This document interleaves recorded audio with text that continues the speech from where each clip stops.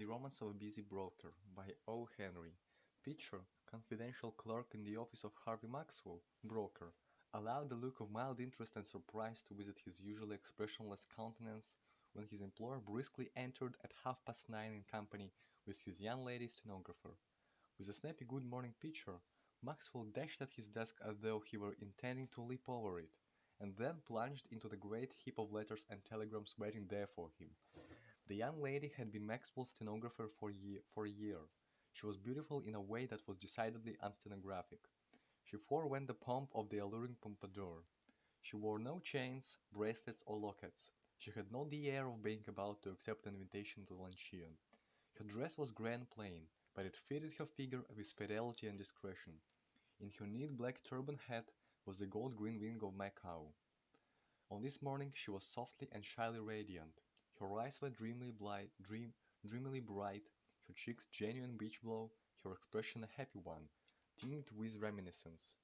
Beecher, still mildly curious, noticed a difference in her way this morning. Instead of going straight into the adjoining room, where her desk was, she lingered, slightly irresolute, in the outer office. Once she moved over by Maxwell's desk, near enough for him to be aware of her presence. The machine sitting at that desk was no longer a man. It was a busy New York broker, moved by buzzing wheels and uncoiling springs. "Well, what is it? Anything?" asked Maxwell sharply, his open mail lay like a bank of stage snow on his crowded desk. His keen gray eye, impersonal and brusque, flashed upon her half impatiently. "Nothing," answered the stenographer, moving away with a little smile. "Mr. Pitcher," she said to the confidential clerk, "did Mr. Maxwell say anything yesterday about engaging another stenographer?" "He did," answered Pitcher. "He told me to get another one. I notified the agency yesterday afternoon to send over a few samples this morning. It's quarter to 10 o'clock, and not a single picture hat or piece of pineapple chewing gum has showed up yet. I will do the, I will do the work as usual then," said the young lady, "until someone comes to fill the place." And she went to her desk at once and hung the black turban hat with the gold-green Macao wing in its accustomed place. He who has been denied the spectacle of a busy Manhattan broker during a rush of business is handicapped for the profession of anthropology. The poet sings of the crowded hour of glorious life. The broker's hour is not only crowded, but the minutes and seconds are hanging to all the straps and packing both front and rear platforms.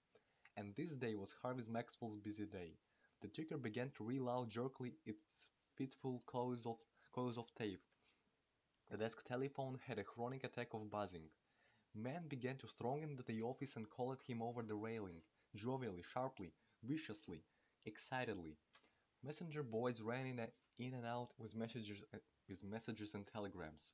The clerks in the office jumped about like sailors during a storm. Even Pitcher's face relaxed into something resembling animation.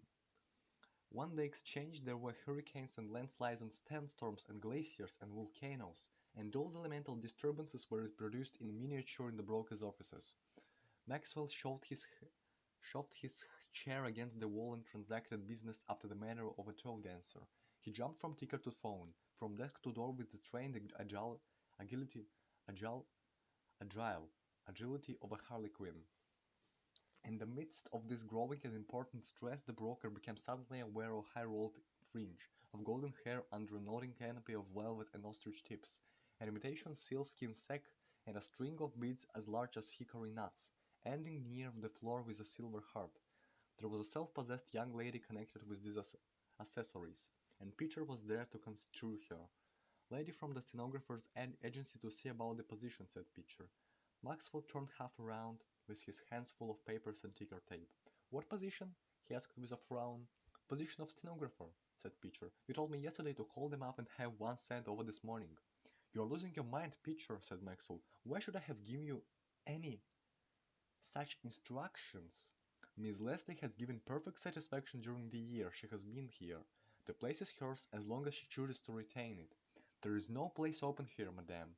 Countermand that order with the agency picture, and don't bring any more of them in here." The silver heart left the office, swinging and banging itself independently against the office furniture as it indignantly departed. Pitcher seized the moment to remark to the bookkeeper that the old man seemed to get more absent-minded and forgetful every day of the world. The Russian pace of business grew fiercer and faster.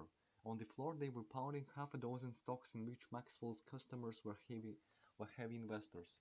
Orders to buy and sell were coming and going as swift as the flight of swallows.